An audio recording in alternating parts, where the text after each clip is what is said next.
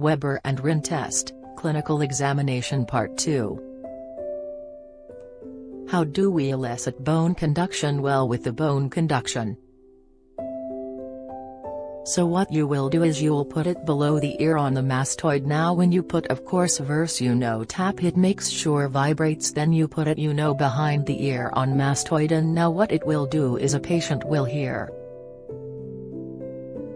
Still, he won't hear it through the tympanic membrane, you'll hear directly through the bone. It will directly activate, yet so with bone conduction, go to the conduction part, all you're getting is the sensory neural part, so bone conduction only tests sensory neuro. This is the normal way that you hear, so normally you hear better through the regular ear than through the bone. What does it mean if we do this and your bone conduction is greater than your air conduction? Well, that means you're able to hear better through your bone than you can through your ear. And okay, well, first of all, it says that since your needle is fine because you can hear, because you're able to hear through the bone. But if you're hearing it better than air conduction, then that means the problem is somewhere. So if your bone conduction is greater than your air conduction, that means you have a problem in the conduction of the sound. Now if your air conduction is greater than your bone conduction, then that means it's either going to be normal or you have a sensory neural hearing loss.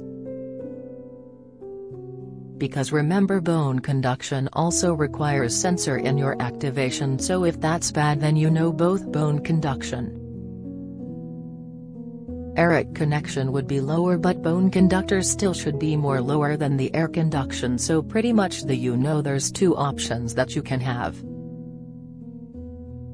I mean, to really make this simple, there's two options you can have. Either air conduction could be better or bone conduction could be better. If air conduction could be better, we call this, I'm just going to raise this because I wrote there, we call this a positive Rinne test. So if air conduction is better, we call it a positive Rinne test, and if bone conduction is better, we call it a negative Rinne test. The Rinne test is negative, then that means you diagnose a conduction problem, but if it's positive, either the patient is normal or there's a sensory neural issue. First, in the Rinne test, first you test for bone conduction, so you put the tuning fork behind the mastoid and then you continue to let it ring until he can't hear it. Then you move the fork to the outer ear and you ask the patient if you can still hear. If you can still hear, then that means it's positive Rinne tests those either normal or sensory neural tissue. But if you cannot hear it, then that means the bone conduction was better, and so then that's a negative Rinne test. And that means he has a conduction issue now. So that's kind of an overview. I should have kind of touched it before of the Rinne test. Now there is another tuning fork test which is then immediately after Rinne, which is called the Weber test. If you have severe damage to your copy, that this is severe, then you could get a false negative bone conduction grades and air conduction, so that's only if it's a very severe sensory neural damage. We have the head here, you have the outer ear, middle ear and the inner ear. Now in this Weber's test, what you do is you take the tuning fork, you strike it, make sure it's vibrating, and you put it on the top of the head. Now if the patient is normal, then what will happen is the vibration will go straight. I should raise that it will go straight. The Weber test is skipping the conduction zone and going straight to the sensory neural aspect of the test. So in a normal situation, there will be both ears would be equal, both ears will hear it equally. In other words, there will be no lateralization. Now let's think about it. If you have a sensory neural problem, okay, and let's say for this example you have a central issue. If there's a central issue, it's going to lateralize to the good ear, so not the illness patient's complaining up, but the opposite, if whichever one that may be, and in this scenario it's the left ear. Now what if you have a conductive loss?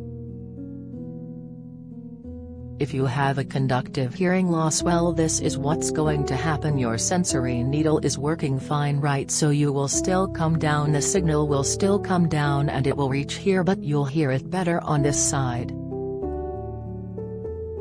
Because you don't have noise coming from this side clouding, then you know it's not competing with any information, whereas this one, it is competing with the information coming from the outside air and on top. So in conducting hearing loss,